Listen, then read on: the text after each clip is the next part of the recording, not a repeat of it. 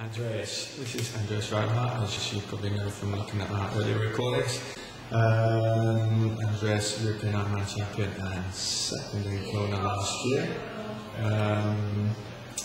So Andreas is going to start off our new section of top tips by top triathletes or top swimmers, depending on the case on what sport they do. Andreas, obviously top triathlete, very good in the pool, very good cyclist and very good runner, which is probably why he comes in the top 3 in Kona year after year.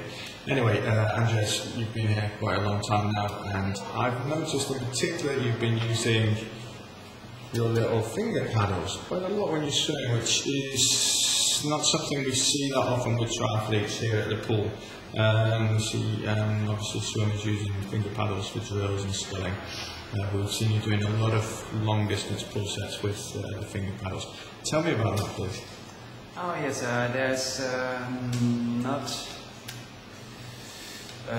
much to say about the finger paddles. It's one of my favorite tools in the water, and especially these finger paddles gives me the chance to control my stroke underwater compared to the big paddles you can see very often. And I really like the finger paddles, especially if you do sets, 400 meter sets or 100 meter sets, so you don't get too tired after a while, and you still get the feeling that your stroke is still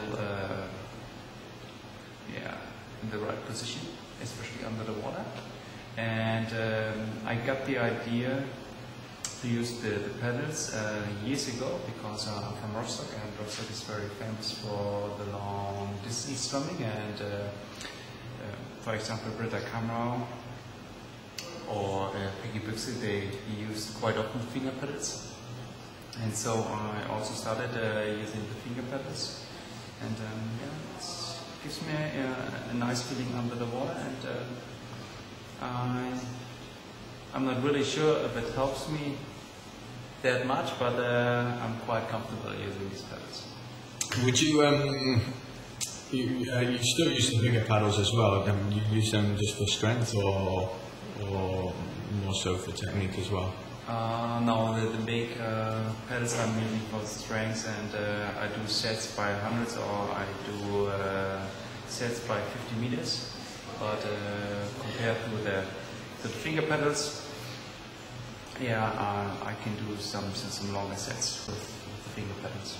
How much of yours, you swim normally, I don't know, we've seen you've been doing anything from 3,500 to 7,000 meters here this last 3-4 weeks that you've been here. So you do a lot of swimming throughout the week. How much of that would be on pull? Yes, I think I got between 30 and 40 kilometers per week during this training camp, and but the most of my swim sets were just endurance workouts with some power training, which not such a high intensity. What about kicking? We didn't see you doing much kicking. Is that basically because triathletes are saving their legs for the cycling and the running, or is there a reasoning behind that? Not really. I should do some more kicks, but I'm a little bit lazy at this period of time, to be honest. But it's good to know that you saw me. I don't think we saw any kick, did we, Pat? I don't think we saw any kick, but no, see, our feeling would be that triathletes wouldn't want to be doing that much kick. They use their legs more for balance. Most open water swimmers will be using their legs more for balance and for rhythm than for propulsion. And knowing that you have to cycle 180 kilometers and then run a marathon afterwards, surely you just want to be using your legs really more so for balance than anything. Yeah, you're absolutely right, but kicks are still... You're always right. No, you're absolutely right, and I should use more kicks in training, but sometimes you are getting, I wouldn't say lazy, but you are very often very tired after doing some, high mileage for cycling and running, and your legs are a little bit tired. But to do some kicks is still a very important workout for your balance and to improve your technique. One thing we heard from one thing we see mainly from triathletes is there's a very different view on how you should train for each aspect of the triathlon. There doesn't seem to be a set, and obviously with the swimming teams that we have here, there's a predominant factor normally with what they do in their training. Okay, there's different drills and there's different little things, but 90% of everything that people do is corresponds to what other people are doing. In triathlon, that doesn't seem to be the way. It seems to be there's maybe not so much a lack of information, but a lack of coherence, a lack of understanding from a lot of triathletes, maybe not at the elite end, but in the middle end, about what they should be doing in their training, how they should be racing.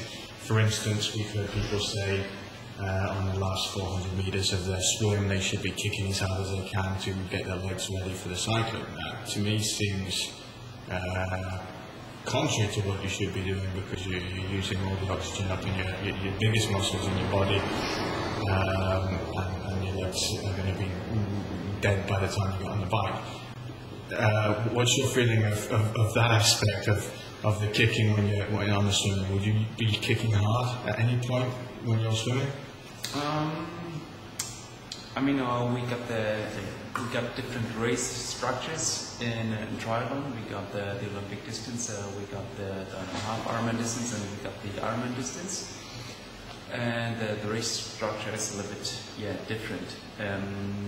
I'm a specialist now in over the Ironman distance, which means that my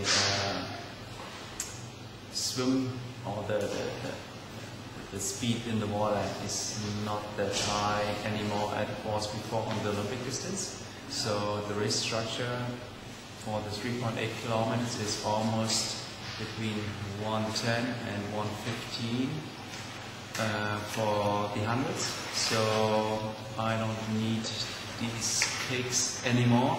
So I just use the kicks to keep the right balance for me to get over the distance. And the other main or very important factor is that you try to save as much energy as you can in the water to get ready for the bike, and especially for the marathon. And that's the reason why the race structure is a little bit different. Anything else technical that you would use in the swimming pool for your strokes?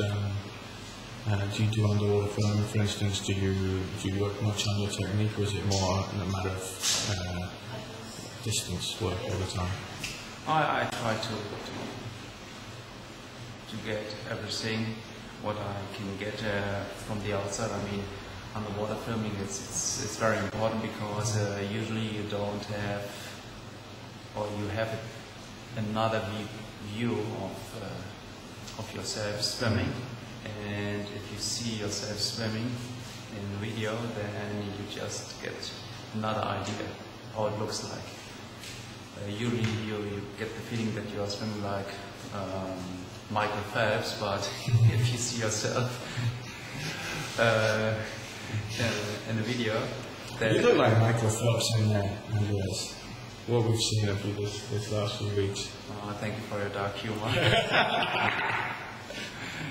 No, but it's very important to have a coach on looking from the outside and give you advice every day. And for me, it's very important to think about what you're doing in the water all the time, that you are focused on your stroke. And yeah, what else can I say? I mean, the techniques are still very important, because it's all about the efficiency in the water. And you can swim as much as you can. If you don't get the right techniques, then even if you are getting older, you have to notice that you're looking younger though, even if you're getting older. Right, but you still have to be open for advices from the outside, which is very important, and I really appreciate that I have to get these advices from the best swimmers. If it helps, I don't know, but we'll find out. We'll find in out. October sometime, probably. Listen, Andreas, thanks so much. It's been a pleasure having you here these last few weeks. That was a lovely coffee you made. It's probably the best coffee I've had from that machine here that we have at the Best Centre. If you're not going to come here to train for triathlon or swimming, just come over for our coffees. It's worth it, especially if it's Andreas making it. Thank you very much, and thanks for coming over. Bye.